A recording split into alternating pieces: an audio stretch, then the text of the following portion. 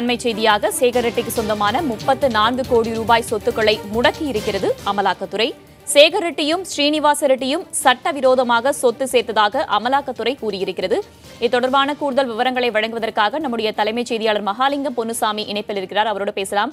மகாலிங்கம், சேகர் ரெட்டிக்கு சொந்தமான 34 கோடி ரூபாய் அளவுள்ள சொத்துக்களை அமலாக்கத்துறை முடக்கி இருக்கிறது. விரிவான விவரங்களை சொல்லுங்க.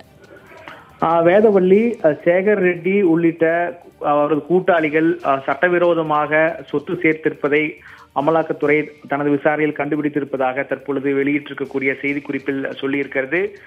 அமலாக்கத்துறையினுடைய முக்கியமான தகவல் என்னவென்றால், மைனிங் மூலமாக, அதாவது சுரங்க பணிகள் மூலமாக சட்டவிரோதமாக ஸ்ரீனிவாச ரெட்டி, சேகர் ரெட்டி உள்ளிட்டோர் முறையற்ற வகையில் சொத்துக்களை சேர்த்திருக்கிறார்கள் என்பது தெரிய வந்திருப்பதை உறுதிப்படுத்தியிருக்கிறார்கள்.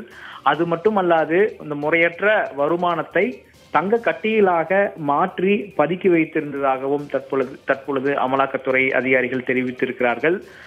அது மட்டுமல்லாது கமிஷன் அடிப்படையில் பழைய ரூபாய் நோட்டுகளை, இந்த டிமானிட்டைசேஷன் அறிவிப்பிற்கு பிறகு பழைய ரூபாய் நோட்டுகளை புதிய ரூபாய் நோட்டுகளாக கமிஷன் அடிப்படையில் மாற்றி தந்தார்கள் என்பதையும் தற்பொழுது ஆதாரப்பூர்வமாக நிரூபிக்கப்பட்டிருப்பதாக அமலாக்க பிரிவு அதிகாரிகள் சொல்லியிருக்கிறார்கள். அதையும் நாம் குறிப்பாக கவனிக்க வேண்டியது இருக்கிறது.